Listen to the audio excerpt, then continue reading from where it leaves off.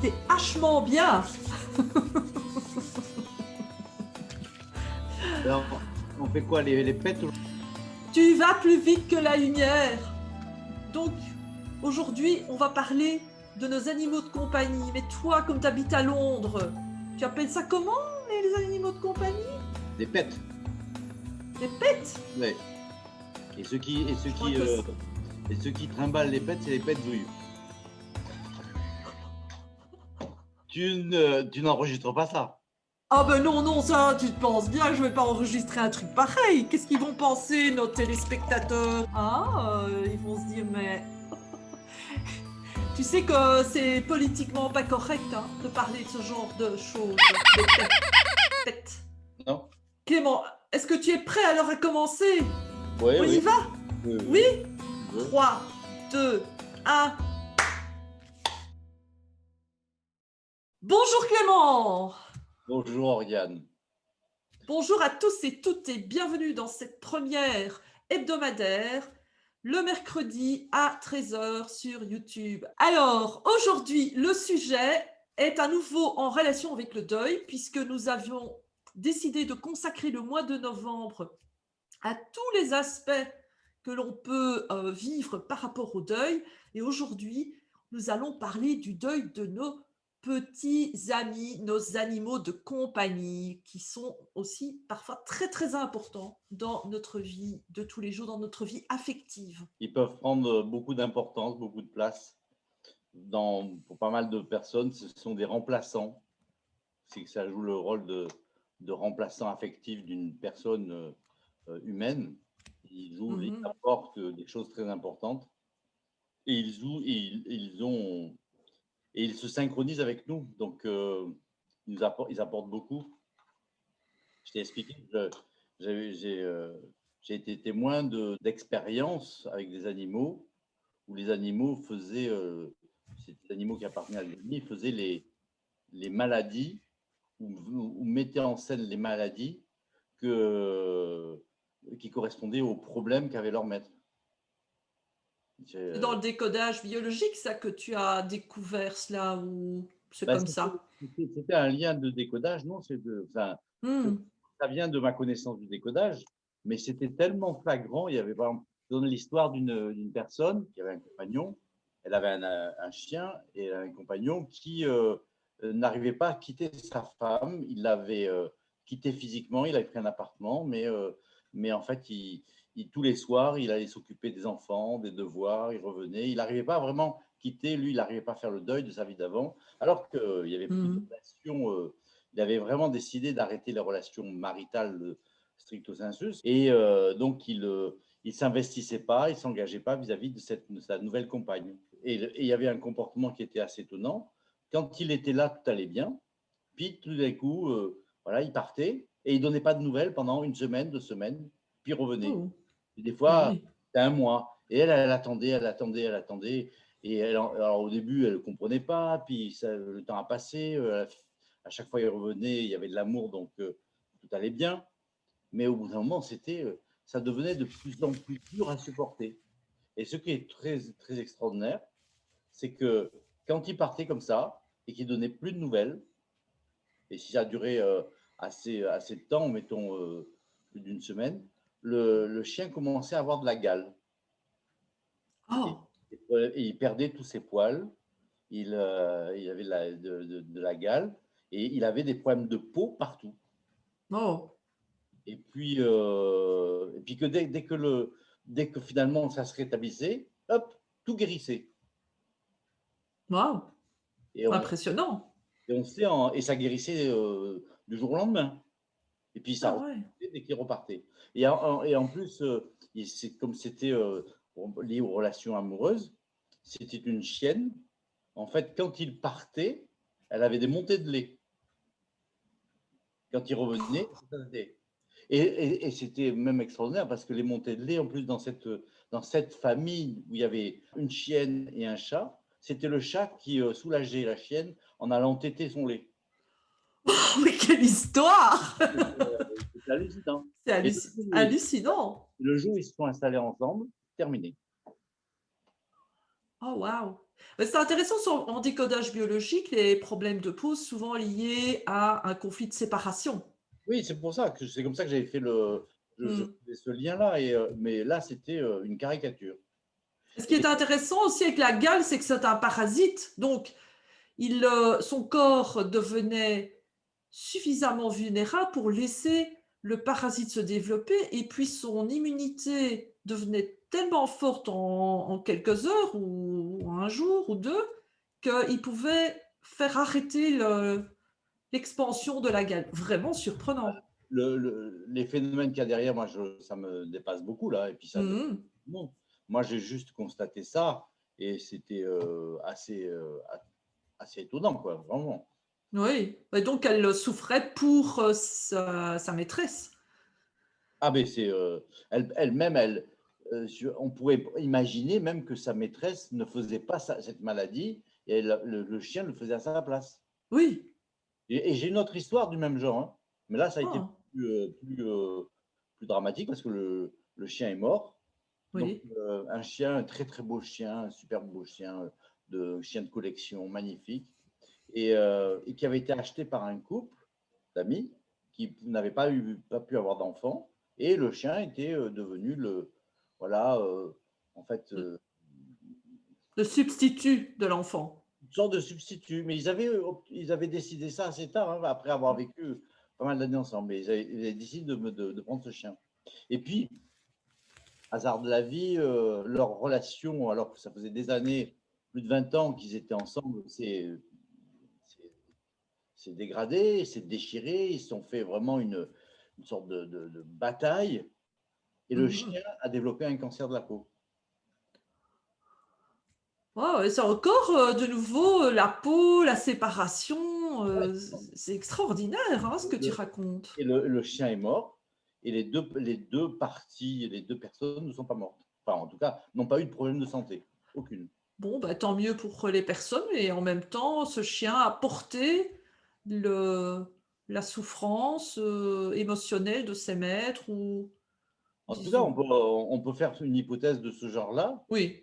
et se dire que oui, c'est intéressant de consteller Mhm. au sein d'un système vivant. On pourra pas, je ne sais pas si on peut parler de famille, mais un système vivant qui ressemble à une famille où il y a Mhm. deux humains et un animal avec un attachement affectif particulier. Et je pense que si on rétablit les liens et les équilibres entre toutes les parties du système, on appelle ça, on doit avoir une action sur les personnes et une action sur les animaux. Mais là, Ouais, le cas que tu vas nous présenter, lui, c'est plutôt un cas où c'est quelqu'un qui a perdu un chien et qui ne s'en remet pas. oui, Voilà. Moi, je donnais cette information pour dire à quel point on est lié, quoi, c'est tout. je dirais que c'est aussi le but de ces conversations systémiques que nous faisons toutes les semaines, c'est de donner des idées aux personnes pour faire appel à nos services. Parce que ici, j'en profite pour te présenter, Clément. Tu es enseignant international en programmation neurolinguistique et tu es constellateur systémique et encore plein d'autres compétences qui viennent complémenter et compléter tous ces outils extraordinaires et déjà, je dirais, fameusement complets que sont la PNL et les constellations systémiques. Et c'est pour ça aussi que nous avons décidé de faire ces conversations systémiques parce qu'il y a à la fois le regard de l'approche PNL qui vient illustrer, mais comme on a pu l'entendre, tu as aussi une connaissance du décodage biologique et de plein d'autres outils. Hein. Et, Sans oublier ton humour. et donc, je vous présente Oriane. Oriane, la spécialiste des constellations systémiques et familiales, en ligne, en distanciel, en e-learning, sous toutes les formes au bout d'une ligne. Et Sauf la pêche à la ligne. Hein. C'est pour ça que lors de ces conversations systémiques, je voulais apporter cette approche aussi que nos animaux de compagnie font partie de notre système. Hein. Et même, l'autre fois, nous avons fait une vidéo avec justement Nathalie à propos des objets des objets que l'on n'arrive pas à lâcher, que l'on n'arrive pas à laisser partir, aussi les héritages, etc. Et aujourd'hui, je trouvais que c'était important d'aborder la relation à l'animal de compagnie.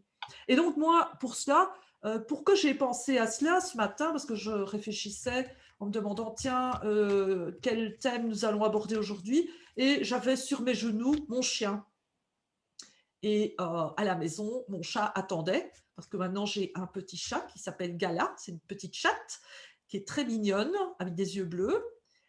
Et j'étais en train de me dire que finalement c'était mon troisième chat dans ma vie. Je n'ai pas eu beaucoup d'animaux de compagnie, mais mon tout premier chat, qui était ma déesse, s'appelait Grisou, c'était un chat tout gris, tout fin, tout gris, un petit peu le corps du siamois, mais avec le pelage gris et les yeux dorés.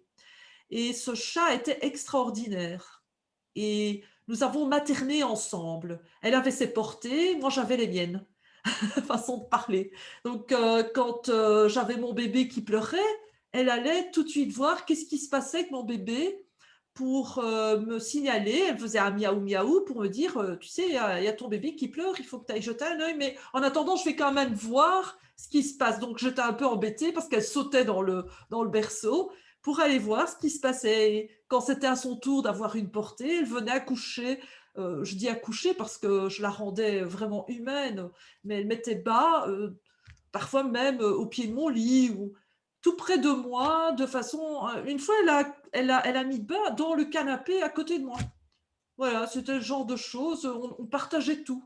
C'était une sorte d'amis, je sais pas, j'avais une relation spéciale. Et puis un jour, elle allaitait un petit chaton encore, et elle est partie faire son tour, comme elle faisait tous les jours. Elle allait faire le tour. Il y avait un bois près de chez nous. Et elle n'est jamais revenue. On l'a cherchée partout, partout. On ne l'a jamais retrouvée. On n'a même pas retrouvé son corps. Et le petit chat a été confié à une autre famille puisqu'il était promis à quelqu'un. Et, euh, et puis moi, comme je n'ai jamais vu son corps ni rien, c'est comme si elle était partie. Et quelque part, je vais même faire un lien qui me vient là maintenant, c'est assez intéressant, mais moi, mon père, je ne l'ai jamais vu mort. Il est parti, il a pris l'avion, quand je suis restée là où on vivait, il est parti avec ma mère, il est décédé, ma mère ne m'a pas appelé pour aller à l'enterrement, donc il a été enterré, puis elle est revenue au Portugal, c'est à l'époque on habitait au Portugal, on habitait 1 an et demi, et voilà, je n'ai jamais vu mon père défunt, mon père dans le cercueil, ni enterré, ni rien. Et j'ai pleuré mon père, mais bon, quelque part, c'était abstrait, cette histoire. C'était comme s'il était parti en voyage. Pendant des années, je m'attendais à ce qu'il revienne. Et je crois que quelque chose s'est répété avec ce chat. Je pensais qu'elle allait revenir un jour faire miaou à la porte et que j'allais ouvrir la porte. Mais je dirais consciemment, intellectuellement, je savais que ça n'allait pas arriver, mais inconsciemment, j'étais dans cette attitude. Donc, qu'est-ce qui s'est passé? Plusieurs années plus tard, j'ai eu envie de réadopter un chat. Et donc, j'en ai essayé un, pas moyen, le chat, euh, c'était impossible, je devais le rendre au maître parce que ce chat ne voulait absolument pas être dans la maison avec moi, il faisait que des bêtises, c'était insupportable. Puis j'ai essayé un autre chat que j'ai même appelé Cactus parce qu'il était toute griffe dehors, tout poil dehors, et il se cachait en dessous de la cuisinière, enfin impossible de câliner ce chat. Et donc de nouveau, j'ai dû essayer de rattraper ce chat et de le ramener à la personne qui me l'avait confié. Et ce jour-là, après Cactus, je m'en souviens bien, je me suis dit, mais pourquoi est-ce qu'il n'y a aucun chat qui veut rester auprès de moi? Et je me suis souvenu que je n'avais jamais dit au revoir à Grisou. Et là, je n'ai pas fait de constellation, mais j'ai pris conscience que j'avais jamais, je dirais, intégré que Grisou était défunte, qu'elle était partie dans le monde des chats défunts. Et là, j'ai pleuré, pleuré, parce que ce chat, en fait, ce qui se passait, chaque fois que je réadoptais ou je faisais une tentative d'adoption d'un petit chaton, j'étais toujours en train de comparer à Grisou et je me disais, il n'y a aucun chat qui arrivera à la hauteur de la patte de mon chat. Euh, et, euh, et j'étais déjà déçue quelque part. Et donc, ces chats, savez, tu sais, comme les chats sont sensibles et perçoivent tellement de choses, il devait percevoir que j'étais déjà en train de les comparer et qu'ils n'arriveraient jamais à se faire une place. Et donc, quand j'ai pleuré la perte de mon chat, qu'est-ce qui s'est passé? Je crois qu'un mois ou deux après, j'ai eu quelqu'un qui m'a dit: «Ah, tu sais, on a une portée, il y a un chat pour qui le veut. Est-ce que ça te dit?» «Oh oui, je veux bien le chat». Et ça s'est passé parfaitement. L'adoption s'est déroulée d'une manière magnifique. Et voilà, donc il y avait vraiment un deuil qui n'avait pas été fait. Et dès que ce deuil a été fait, il y a eu de la place pour un autre chat. Je n'ai plus comparé ce chat. Et d'ailleurs, c'était un chat totalement différent. C'était un monde de différence. Mais j'étais prête à accueillir un chat différent. Voilà, donc ça, c'est vraiment la petite histoire pour les internautes qui nous suivent. J'espère que ça t'endort pas trop, Non, cette histoire. quelque chose dans l'œil. Aïe, Euh, Ainsi. ouais, ouais. Bien, donc voilà, ça c'est la petite histoire. Ça veut dire que c'est quand même important de pouvoir faire le deuil aussi de nos animaux de compagnie. Et moi, je comprends que certains ont des petits rituels, font un petit cercueil pour leur chat quand ils peuvent le faire et qui font une petite célébration pour dire au revoir à leur chat. Je trouve que ça, c'est vraiment leur chat ou leur chien ou leur perroquet ou leur cobra, que sais-je, la tortue, le poisson rouge, tout ça est important. Hmm. Si on peut dire, tu as eu un coup de grisou, quoi. J'ai eu un coup de grisou, effectivement. Oui, oui, voilà. Et après, tu as eu des relations avec Cactus qui étaient des relations un peu piquantes. Cactus, oui, ça c'était pas moyen de l'approcher, ce chat, il était toute griffe Alors, dehors. donc, moi, ce que je retiens là-dedans, c'est que, effectivement, ce que tu as dit, c'est que quand on fait voilà, quand on a une perte et puis qui n'est pas absorbée, qui n'est pas, Mhm. c'est quelque part faire le deuil, enfin, ou être en deuil, c'est se retrouver dans l'incapacité, dans une forme d'incapacité à intégrer une information irrecevable. Mhm. Euh, la relation de la mort ou de la perte ou de la disparition, c'est irrecevable pour le vivant. Oui, C'est apparemment, en tout cas, c'est quelque chose comme ça. c'est fondamentalement paradoxal, contradictoire, à l'opposé même de notre raison d'être, qui est de vivre, Mhm. d'être vivant. Hein. Et chaque fois qu'on est confronté à ça, en fait, ça nous confronte à cette acceptation ou non de la mort, comme toujours. Mhm. C'est pas recevable. Bien entendu, avec le temps, avec un travail spécifique, on peut prendre du recul, de la hauteur, de la sagesse, pour pouvoir se préparer, enfin, être dans l'acceptation Mhm. de, de cette, euh, de cette évidence que, de toute façon, la vie, à un moment, elle a un début, elle a une fin. Oui, Mais effectivement. c'est de toute façon douloureux à vivre à chaque fois. Et ce qui est intéressant, c'est aussi ce que tu dis, c'est de mesurer, pas forcément que la notion de douleur, de mesurer la conséquence qu'il y a Mhm. de ne pas faire le deuil. Mhm. À la limite, ça vient après une situation qu'on n'a pas choisie, qui s'est imposée à nous. Bon, c'est comme ça, c'est déjà compliqué à accepter ça. Mais surtout, c'est que ne pas faire le deuil a des conséquences. Et là, ça a des conséquences sur la possibilité qu'un autre chat vienne dans ta vie. Donc, ça a des conséquences sur ta vie. Ça a Tout des, à fait. ça a des conséquences sur tes choix, ça a des conséquences sur ce qui te fait plaisir, sur Mhm. la façon dont tu as envie de vivre. Et c'est vrai, là, c'est vrai pour des animaux, mais c'est vrai aussi pour toutes les situations de deuil que l'on rencontre.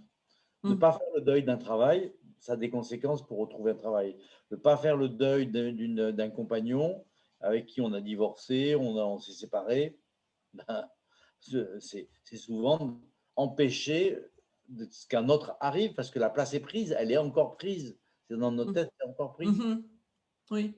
Donc, je trouve que c'est ce que tu dis et ça révèle ça. Et je trouverais intéressant que les constellations puissent débloquer ça. Oui. Est-ce que tu pourrais nous faire une démonstration avec un de tes clients à qui tu as accompagné sur ces questions de... Oui, je vais vous présenter Zoé. Zoé, c'est l'évrier. Comme d'hab, pour ceux qui connaissent déjà, je vous présente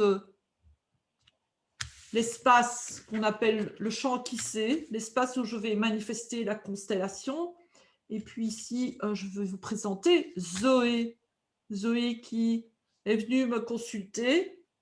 Bon, elle suivait la formation de kinésiologue et je faisais déjà des constellations à l'époque. Et elle avait 2 lévriers. Alors, je vais représenter un lévrier par un petit robot parce que malheureusement, je n'ai pas de lévrier en Playmobil et je vais présenter l'autre lévrier par un petit personnage qui est ce petit enfant, comme vous pouvez le voir, parce que quelque part, c'était une jeune femme elle avait quand même 38 ans déjà et elle n'avait pas d'enfant. Donc elle avait 2 lévriers qui étaient incroyables. Ces 2 lévriers parce que c'était des lévriers afghans avec des longs poils. Et quand elle était dans sa coccinelle décapotable et qu'elle avait ses 2 chiens à l'arrière, lui est arrivé plusieurs fois qu'elle s'est fait klaxonner parce que le gars pensait que c'était 3 blondes, parce que cette Zoé avait des longs cheveux blonds. Mais en fait, quand il tournait la tête, c'était une belle blonde, mais avec 2 beaux lévriers avec leurs longs museaux. Donc, c'était très, très, très drôle. Mais bon, après une dizaine d'années, il y a un des lévriers qui est décédé. Et elle est venue me consulter parce que c'était intenable pour elle de vivre ce décès. Et donc, je l'ai fait consteller avec elle, ces 2 lévriers. Et donc, celui-là, c'est celui qui est décédé. Et donc, c'était un mâle et une femelle, hein, c'était un couple aussi. Et donc là, je lui ai demandé de prendre contact avec le représentant de son lévrier, je ne sais plus le nom de ce lévrier. Et, et en fait, c'était une opportunité de faire cette constellation parce qu'on ne va pas toujours rechercher des liens avec les ancêtres et ce genre d'histoire, mais ici, c'était vraiment la relation avec son chien.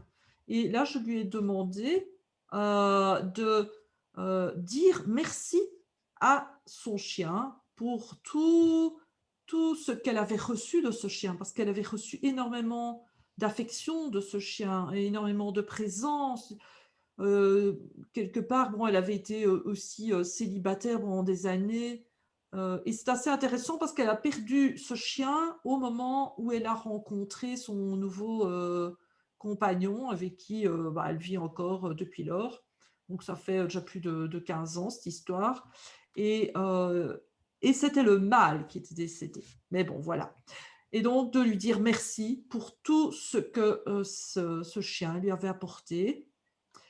Et puis, par la suite, je lui ai proposé de mettre, ah ben voilà, j'ai ici mes petits fils, de lui dire que ben voilà, que son chemin était fini avec elle, que maintenant, il était temps pour son chien d'aller dans le monde des défunts, des chiens défunts, peut-être même je ne sais pas si le monde des défunts contient des chiens ainsi que des humains.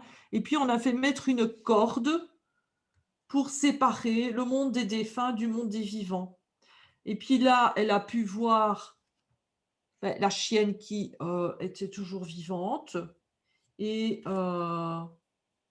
aussi son nouveau copain qui est venu prendre une place importante dans sa vie. Et donc là, elle a pu se mettre avec son compagnon.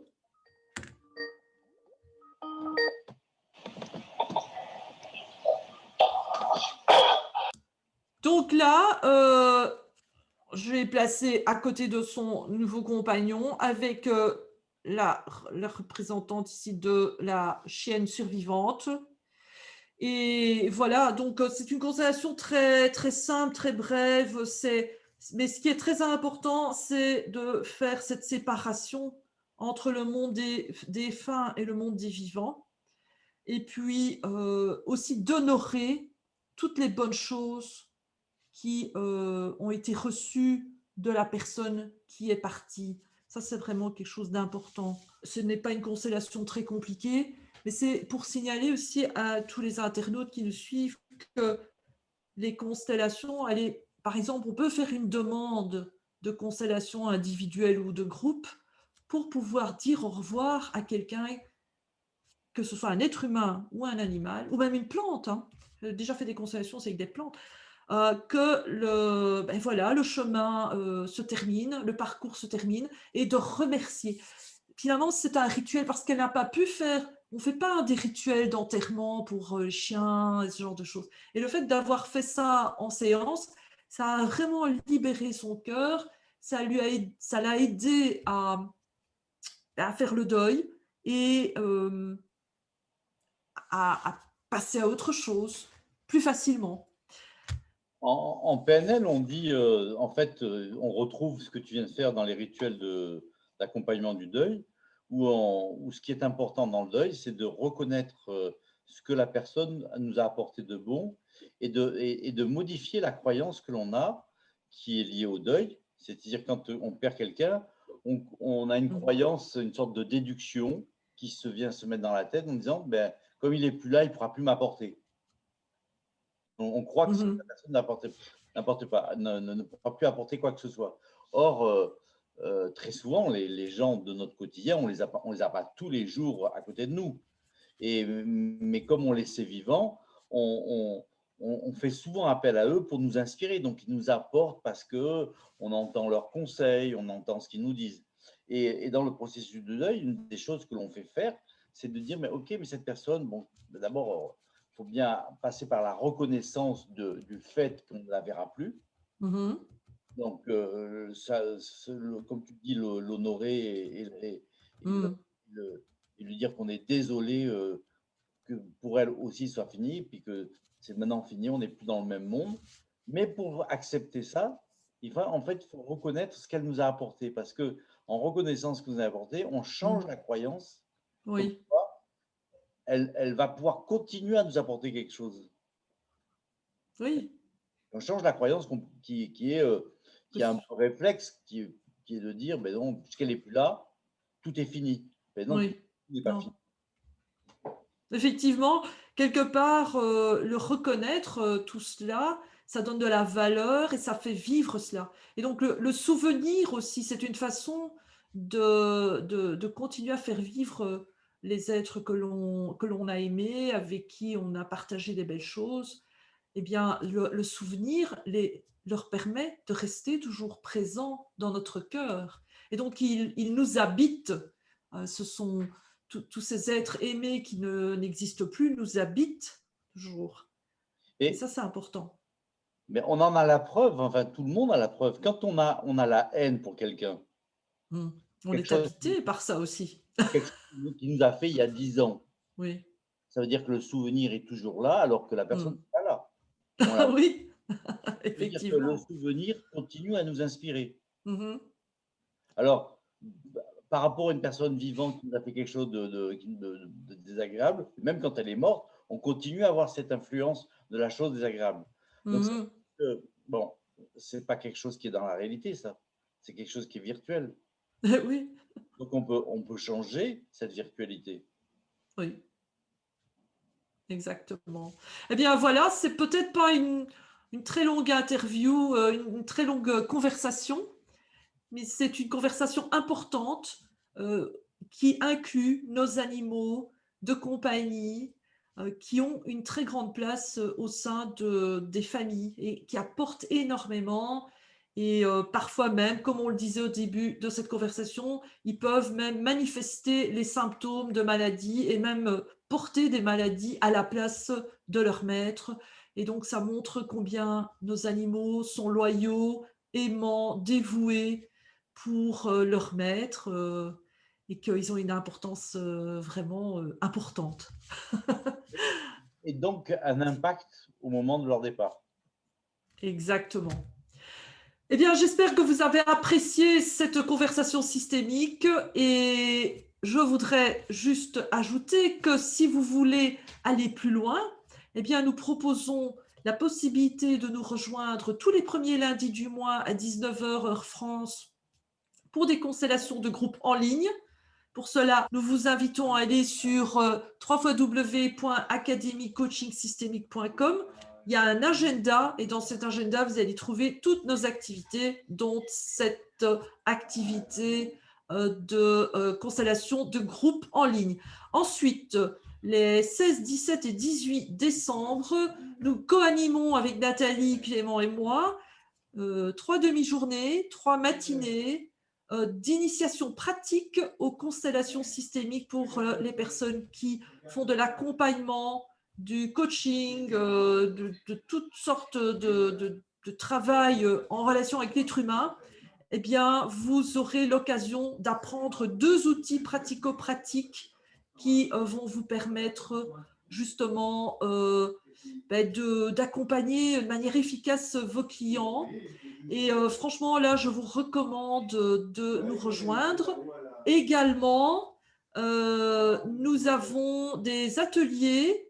Bon, là, c'est déjà, c'est passé cette semaine, hein, c'était mardi 24 novembre, mais ça sera reprogrammé en janvier. C'est un atelier pour constellateurs et apprendre à consteller en ligne. Donc, comme ça, vous n'aurez plus peur, vous vous sentirez plein de confiance à consteller en ligne parce que c'est vraiment une manière de faire, mais en même temps, on sent tout comme si tout était ici et maintenant là où vous êtes. Et c'est assez extraordinaire de pouvoir passer finalement dans une pratique sur Zoom ou ça peut être Skype, ça peut être d'autres supports et de faire des constellations en ligne. Voilà, voilà. Donc ça, c'est un résumé. Également, si vous voulez des consultations individuelles, eh bien, nous vous recommandons également de nous envoyer un email ou à Clément si vous voulez avoir une consultation avec Clément ou à Nathalie ou à moi-même. Et bien, si vous me l'envoyez à moi, oriane.cormand@gmail.com, eh bien, vous dites, voilà, je voudrais avoir une consultation avec Clément ou Nathalie et je ferai passer le message. Mais voilà, je pense qu'on arrive à la fin de cette conversation. Ce fut un bon moment avec toi, Clément. De même, Et... un mot pour rire. Hein. Des fois, les chats sont comme des hommes. Hein. Ah bon? On peut les appeler des chamans. Ah, ah ben tiens, ça, on ne me l'avait pas encore faite, hein, celle-là. N'importe quoi. Il fallait que je la sorte. Il fallait que tu la sortes, ah là, la canaille. Bien, alors, chers amis, on vous dit à la semaine prochaine pour le mois de décembre. Et le thème sera en lien, le thème du mois de décembre, en lien avec les cadeaux et les fêtes de famille.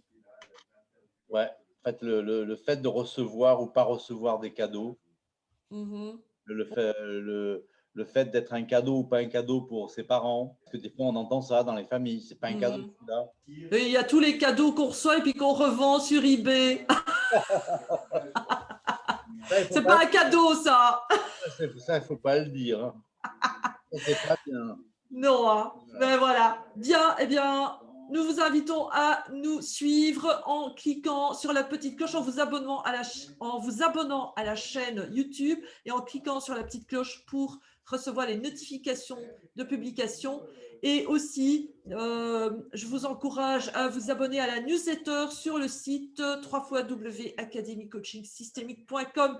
Et à la semaine prochaine. Au revoir Clément. Au revoir à tout le monde, on vous souhaite le meilleur et au revoir Oriane, à la semaine prochaine. Des bisous.